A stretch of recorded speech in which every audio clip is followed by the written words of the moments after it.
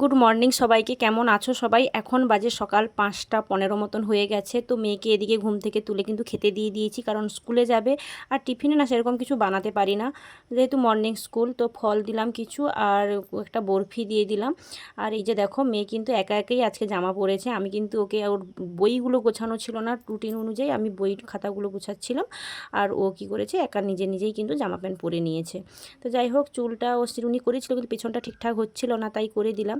আর আজকে না অনেক দিন পর ইচ্ছে করলো একটু দুধ চা খেতে, কারণ গতকাল রাতে বৃষ্টি হয়েছিল, ঠান্ডা ঠান্ডা ওয়েদার। তো শুভকে বললাম দুধ চা খাবে, প্রথম কথাতেই কিন্তু একেবারেই না করে দিল, যে না, খাইনি যখন, অভ্যেস নেই, খাবো না। তো অগত্যা আমি অনেক করে বলাতে খেলাম দুজনে।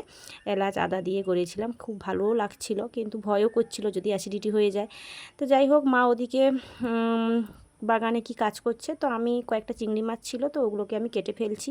মাছ এমনিতে আমি কাটি না, মা কাটে, আমার কাটতে একেবারেই ভাল লাগে না, কিন্তু কটা কয়েক ছিল, তো বললাম, মা বললো যে কেটে ফেলো, তো আমি আর না করলাম না। আর এই যে দেখো, জল খাবারের ব্যবস্থা করব। মেয়েকে তো স্কুল থেকে ছেড়ে দিয়েছি, এখনও স্নান টান করিনি। তো যাই হোক, জল খাবারের ব্যবস্থা করে দিয়ে তারপর আমি স্নানে যাব। এখানে দেখো, গাছে অনেক লঙ্কা হয়েছে। এই গোল লঙ্কাগুলো না শুভ খেতে একেবারেই পছন্দ করে না, এই জন্য আমি কোনো কিছু তরকারি হলে তাতেই আমি কিন্তু দিয়ে দিই। তো এখানে আমি বেসনে পেঁয়াজ কুচি, লঙ্কা কুচি সব রকম দিয়ে এখানটা বড়া করব, কারণ জল খাবারে মুড়ি খাবো। তো খিদে পেয়ে গেল, ভাবছিলাম অ্যাসিডিটি হয়ে যাবে দুধ চা খেয়ে, কিন্তু কিছুই হয়নি। উপরন্তু খিদেটা ভীষণভাবে পেয়ে গেছে। তো এই যে দেখো, মাখিয়ে নিয়েছি, এখন ভেজে নেব।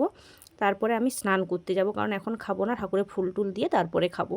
গোটা কয়েক ভেজেছিলাম, কারণ কে খাবে না খাবে ঠিক নেই। শুভ তো এগুলো একেবারেই খাবে না, আমি আর মা দুজনে খাবো, তো মুড়ির সাথে খাবো। এই যে এই কয়েকটা ভেজেছি। তো এদিকে স্নান করে আমি কিন্তু রেডি হচ্ছি। এই যে দেখো, আমি ছাদের বাথরুমেই এখন স্নান করি, নিচে আর করি না। ছাদে যেহেতু আমার ঠাকুরও রয়েছে, তো এখানে স্নান করে রেডি হয়ে একদম নিচে যাই, ফুল টুল তুলে নিয়ে এসে তারপরে আমি ঠাকুর পুজোটা করে ফেলি।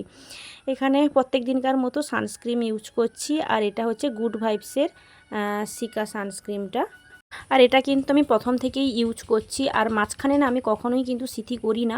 তো আজকে কি মনে হলো, মাঝখানে কিন্তু হয় না ঠিকঠাকভাবে, তবুও কিন্তু চেষ্টা করলাম। যাই হোক, যতটুকু যা হয়েছে করে ভালো করে চিরুন করে এখন একদম চুল ছাড়বো না, একদম তুলে ফেলতে পারলে বাঁচি, যে গরম। আর এই যে শাড়ি ব্লাউজ পরেছি না, একটু পরেই গোটা একদম ভিজে যাব। তো যাই হোক, রান্না বান্না করতে হবে।